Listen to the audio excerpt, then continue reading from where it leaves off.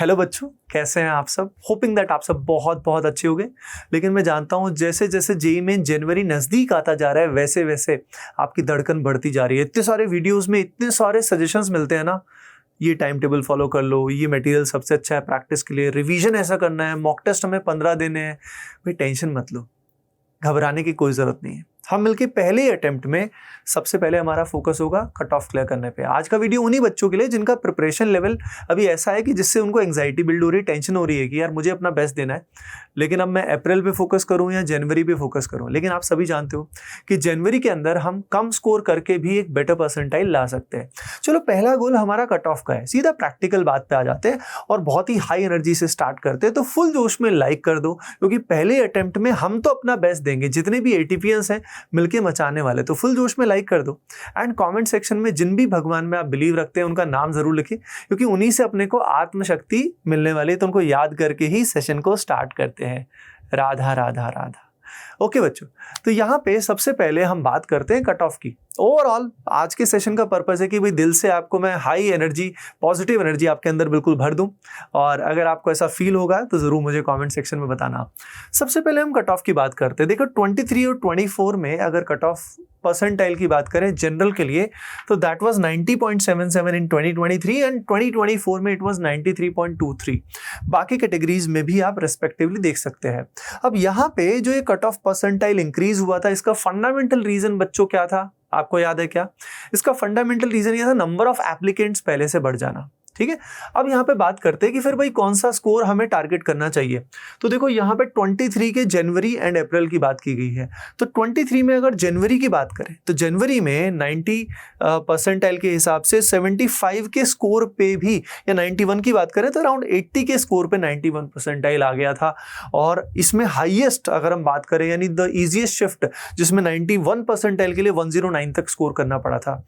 इसके बाद अगर हम अप्रैल की बात करें तो अप्रैल में यहाँ पे आप देख रहे हो कि नंबर ऑफ जो स्कोर है वो पहले से इंक्रीज हो रहा है। यहाँ पे 91 परसेंटाइल के लिए आपको ज्यादा स्कोर, लगभग 10 मार्क्स ज्यादा स्कोर करने पड़ रहे हैं। ठीक है, अब यहाँ पे अगर हम 23 का एनालिसिस करें तो हमारे पास सेफ स्कोर अगर हम देखें तो 110 प्लस अगर हमारा आता है तो कट ऑफ तो हमारा क्लियर हो जाता है। लेकिन सिर्फ 23 से बात नहीं बनेगी, अब हमें 24 को भी देखना पड़ेगा। 24 में क्या हुआ, कुछ पर्टिकुलर शिफ्ट इतनी आसान आई कि यहाँ पे 93 परसेंटाइल के लिए बच्चों 150 स्कोर करना पड़ा हमें, है ना। हाँ, लोवेस्ट की अगर बात करें तो 91 मार्क्स पे भी 93 परसेंटाइल आ गई है।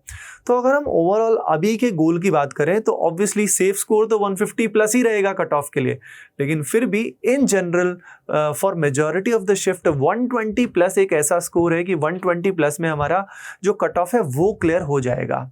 अब अगर हम 120 प्लस का गोल करते हैं तो हमें कितने सवाल अटेम्प्ट करने पड़ेंगे, आप दिमाग लगा सकते हो।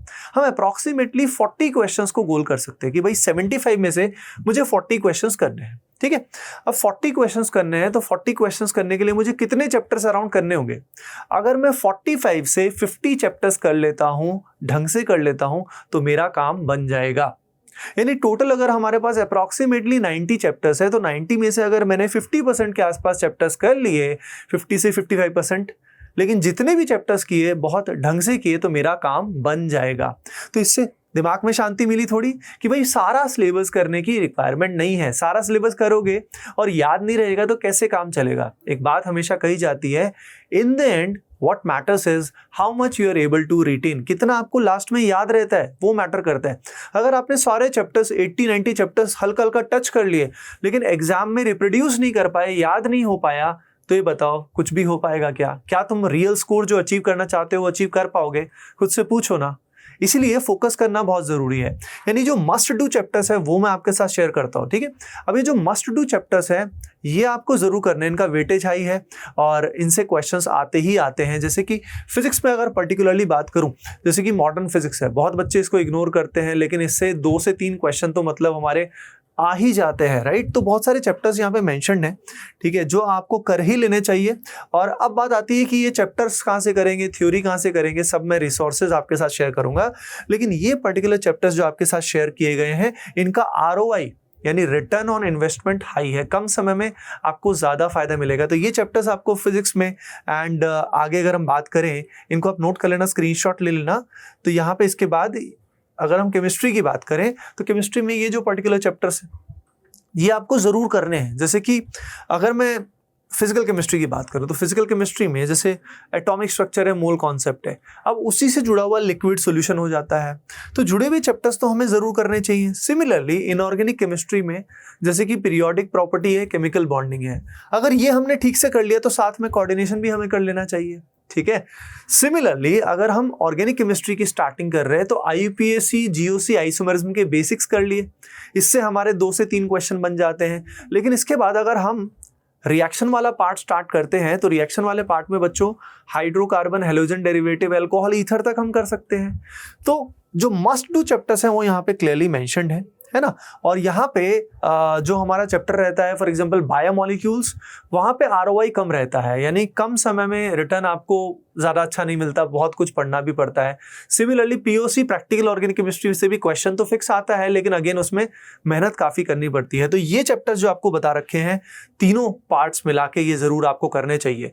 सिमिलरली मैथमेटिक्स में भी यहाँ पे चैप्टर्स मेंशन्ड है, जैसे कि आप सभी जानते हो वेक्टर 3D से एंड डिटर्मिनेंट्स एंड मैट्रिसेस से लगातार बल्क में क्वेश्चन पूछे जाते हैं, राइट। और ये चैप्टर्स रिलेटिवली उतने लेंदी भी नहीं है, तो इनमें प्रैक्टिस करने का आपको फायदा बहुत मिलने वाला है। तो ये जो भी चैप्टर्स यहाँ पे मेंशन्ड है, और आजकल जैसे कोनिक सेक्शन से भी काफी क्वेश्चंस आते हैं, लेकिन अगेन कोनिक सेक्शन से क्वेश्चन हमारा तभी बन पाएगा जब हमें पहला कोऑर्डिनेट ज्योमेट्री जो है उसके बेसिक्स जरूर आते हैं। तो मैंने ओवरऑल आपको गेम बता दिया। गेम ये है कि ओवरऑल आपको अप्रोक्सीमेटली 45 से 50 चैप्टर्स करने हैं, ठीक है। और इसमें जो भी चैप्टर आपका स्ट्रांग है, जो भी सब्जेक्ट आपका स्ट्रांग है, वीक है, उसके बेसिस पे आप डिसाइड कर सकते हो। अब एक बात तो पक्की है कि जो ये 45 से 50 चैप्टर्स है, मान लेते हैं 45 चैप्टर्स, इन 45 चैप्टर्स में से कुछ 10, 15, 20 कुछ तो आपको आते होंगे अच्छे से, जिनमें JEE मेन लेवल के क्वेश्चंस आपसे बन जाते होंगे। यानी अराउंड देखा जाए तो depending on your difficult level, preparation level, हो सकता है आपको भी 30 चैप्टर्स ही करने हो अच्छे से और बाकी सिर्फ रिवीजन करनी हो। तो जस्ट इमेजिन अगर आपको 30 चैप्टर्स ही अभी करने हैं, मैं एक बार के लिए सैंपल ले रहा हूँ, तो 30 चैप्टर्स के लिए हमारे पास अभी 60 डेज में मान रहा हूँ तो हमारे पास 600 आवर्स है, यानी लगभग 10 घंटे तो हम रोज पढ़ सकते हैं ना, 10 to 15 आवर्स हम पढ़ सकते हैं। पर इफेक्टिवली अगर हम 10 आवर्स पढ़ते हैं तो 600 आवर्स हमारे पास बचे हुए हैं। और 30 चैप्टर्स को अगर हम मेन फोकस करते हैं, बाकी का रिवीजन करते हैं, यानी पर चैप्टर आपको 15 आवर्स मिल जाएंगे बच्चों। कोई लेंथी चैप्टर है तो उसमें 20 से 25 आवर्स आप लगा सकते हो, कोई छोटा चैप्टर है उसमें 10 आवर्स तक लगा सकते हो। तो इसके बेसिस पे आप ओवरऑल डिवाइड कर लो, जितने भी मस्ट डू चैप्टर्स बताए आप डिवाइड कर लो आज ही बच्चों कि आपको किस चैप्टर में कितना घंटे देने हैं। अब आप सभी जानते हो कि सिर्फ थ्योरी से काम नहीं चलेगा, मेन गेम होता है प्रैक्टिस का, ठीक है। डेली रूटीन मैंने आपको बता ही दिया, अराउंड 10 आवर्स का होना चाहिए। 10 आवर्स में लगभग 1.5 आवर्स की आपकी 6 to 7 सिटिंग्स होनी चाहिए, राइट। अब यहाँ पे स्टडी रूटीन में जो भी है, इसमें सबसे इंपॉर्टेंट है प्रैक्टिस, ठीक है। थ्योरी आपने कर ली, जहां से भी आप पढ़ रहे हो वहां से कर लेना, नहीं तो मैं एक और मास्टर रिसोर्स बताऊंगा जिसमें आपको फिर यूट्यूब पे भी डिस्ट्रैक्ट नहीं होना पड़ेगा, ठीक है, वो भी मैं आपके साथ शेयर कर दूंगा। तो यहाँ पे आप सभी जानते हो, पता है पिछले 6 साल के जो प्रीवियस ईयर क्वेश्चंस हैं, यानी जब से NTA ने पेपर बनाना शुरू किया है, काफी सारे क्वेश्चन मोर और लेस वैसे ही रिपीट होते हैं, ये सभी को पता है। लेकिन फिर भी सभी बच्चे कर क्यों नहीं लेते? वैसे सभी बच्चे करने की कोशिश करते हैं, लेकिन तुम्हें क्या करना है, जो भी ये गिवन चैप्टर्स हैं इनका बेसिक DPP कर लो, बेसिक्स कर लो, क्लास इलस्ट्रेशंस कर लो, लेकिन उसके बाद कॉन्फिडेंस गेन करने के लिए एक तो नीट के प्रीवियस ईयर क्वेश्चन कर सकते हो, एक आप बिटसैट के प्रीवियस ईयर क्वेश्चंस कर सकते हो, इससे आपका बेसिक कॉन्फिडेंस आ जाएगा। फिर आप जो JEE मेन के लास्ट 6 ईयर्स के PYQ है, ये सबसे अच्छा रिसोर्स है। लेकिन इसमें ध्यान रखना, जहां जहां आप स्टक हो रहे हो वहीं पे आपकी रैंक छुपी है, यानी वहीं से आपकी रैंक इंप्रूव होगी। तो आप जहां जहां स्टक हो रहे हो वहीं पे सवालों पे थोड़ा समय आपको देना है। ये नहीं कि थोड़ा सा दिक्कत आई फैल गए वहीं पे डाउट पूछ लिया या वहीं पे सॉल्यूशंस देख लिए, वीडियो सॉल्यूशंस देख लिए, तो फिर पीछे होते जाओगे, राइट। तो प्रैक्टिस से ही होगा, ध्यान रखना। अब जस्ट इमेजिन आपके पास अराउंड 60 डेज है, अगर डेली आप 200 क्वेश्चंस का टारगेट करते हो तो 200 क्वेश्चंस इंटू 60 आप देख रहे हो, 10,000 से भी ज्यादा सवाल आप कर पाओगे। अब एक बार अभी के अभी इमेजिन करो, 10,000 से ज्यादा सवाल अगर आप करते हो अगले 60 डेज में, तो क्या आपको कोई रोक सकता है एक अच्छी परसेंटाइल लाने से? बिल्कुल भी नहीं। हो सकता है आपका परसेंटाइल 95, 96 तक भी चला जाए, राइट। लेकिन जो हमने गोल बनाया है वो तो हम बिल्कुल मतलब पक्का अचीव करके रहने वाले हैं, राइट। तो 6 ईयर्स के पीवाईक्यू करना, इसके बाद अगर समय बचा तो एडवांस्ड के पीवाईक्यू भी कर सकते हो आप। प्लस एनसीईआरटी एग्जाम्पलर, एनसीईआरटी आप जानते हो यार वैसे पढ़ना बड़ा बोरिंग हो जाता है, ठीक है। तो एनसीईआरटी के लिए आप खुद जो शॉर्ट नोट्स हैं वो खुद बना सकते हो, लिख लिख कर देख सकते हो। याद रखना की पॉइंट्स को लिख लिख कर देखना, जितना आप समराइज करोगे की पॉइंट्स को लिख लिख कर देखोगे उतना आपको याद होता जाएगा, ठीक है। और प्रैक्टिस के लिए भी एग्जाम्पलर जो है एनसीईआरटी की रिवीजन के लिए भी बहुत अच्छा होता है। अच्छा, जैसा कि मैं आपको बताने वाला था, एक ऐसा रिसोर्स जिसके बाद आपको यूट्यूब पे भटकना नहीं पड़ेगा। ये जो मास्टर रिसोर्स है बच्चों, इसका नाम है RBC, that is rank boosting course. और ये क्रैश कोर्स है, जेईई मेन के दोनों अटेम्प्ट्स के लिए वैलिड है। इस पर्टिकुलर क्रैश कोर्स की हेल्प से आप पूरे सिलेबस का रिवीजन भी कर सकते हो, प्लस जो चैप्टर्स आपको कवर करने हैं इसमें आपको कॉन्सेप्ट वीडियोस का एक्सेस भी मिलेगा, जिसकी हेल्प से आप उन चैप्टर्स को पहले कवर कर सकते हो जो हो सकता है आपकी कोचिंग में बाद में हो, या आपके वीक हैं उनको कवर आप करना चाहते हो। प्लस इसके अंदर मॉक टेस्ट सीरीज भी इंक्लूडेड है, तो जो बच्चे एक मॉक टेस्ट सीरीज भी चाहते हैं along with the crash course, तो वो भी आरबीसी में इंक्लूडेड है। आरबीसी आपको बच्चों हमारी वेबसाइट या ऐप पे स्टार बैचेस सेक्शन में मिल जाएगा। सारे के सारे लेक्चर्स अनलॉक हो जाएंगे, तो तुरंत वहां पे जाके अपनी पढ़ाई आप स्टार्ट कर सकते हैं। सारा material, everything will be included in the RBC. It's a one stop solution for all your needs. अब बच्चों ये मास्टर रिसोर्स का यूज आप लगातार कर सकते हो, लेकिन जैसे मैंने आपको बताया है सिर्फ थ्योरी से काम नहीं चलेगा, जम के प्रैक्टिस करना। आरबीसी में आते हो तो आरबीसी का मटेरियल भी करना, and apart from that revision का यही सबसे अच्छा तरीका है। रिवीजन का फास्टेस्ट वे क्या होता है, जब हम लिख लिख कर देखते हैं की पॉइंट्स को, फिर मेंटली रिवाइज करते हैं और जम के क्वेश्चंस सॉल्व करते हैं। यानी practice is the best way to revise. जितना हम प्रैक्टिस करेंगे रिवीजन हमारी उतनी अच्छी होती जाएगी, और सिर्फ हम पेज पलटते रहेंगे तो आप सभी जानते हो कि नींद बहुत अच्छी आएगी, है ना। तो भाई ओवरऑल गेम समझ रहे हो, ओवरऑल गेम आपका प्रैक्टिस का है, और साथ में मॉक टेस्ट तो आपको देना शुरू करना है। ये मत सोचना कि मैं पूरा सिलेबस करूंगा फिर मॉक टेस्ट दूंगा।